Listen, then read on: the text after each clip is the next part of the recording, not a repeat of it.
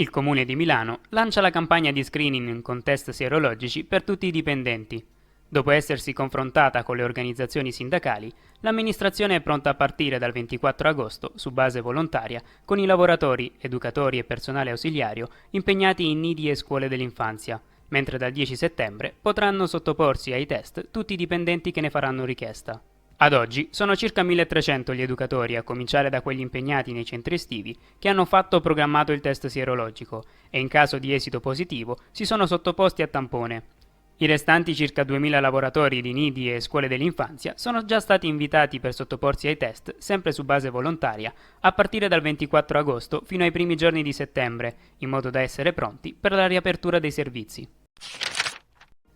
Prossima impresa 2020. Il provvedimento, che mette a disposizione oltre 1,1 milioni di euro a favore delle imprese commerciali e artigianali, con una vetrina sulla strada, che operano nelle aree meno centrali di Milano. Dal quartiere Adriano a Grattosoglio, da Quarto Oggiaro a Lambrate, passando per la Barona e la Bovisa, sino all'Orenteggio e al Vigentino. Un provvedimento che rientra nel più ampio programma che l'amministrazione dall'inizio dell'anno ha messo in campo per sostenere lo sviluppo dei quartieri meno centrali della città e che vede investimenti per 4 milioni di euro. Nel corso dell'edizione precedente del bando Prossima Impresa sono stati 38 i progetti imprenditoriali che hanno superato la selezione per accedere ai finanziamenti, 24 presentati da aspiranti imprenditori e 14 da imprese già esistenti. A seguito del clima di incertezza generato dall'emergenza Covid, questi progetti hanno dovuto ritardare l'avvio previsto nei primi mesi dell'anno. Per sostenere la ripresa delle attività economiche dopo il lockdown, l'amministrazione ha deliberato anche la stipula di una convenzione con la Fondazione Welfare Ambrosiano per il rilancio dei titoli di garanzia in favore dei vincitori della precedente edizione del bando,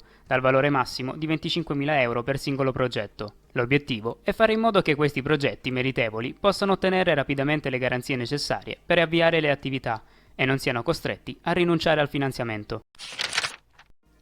Milano, finalista del premio iCapital. È stata annunciata nella mattinata di mercoledì 5 agosto la lista delle 12 città che concorrono al riconoscimento di Capitale Europea dell'Innovazione 2020.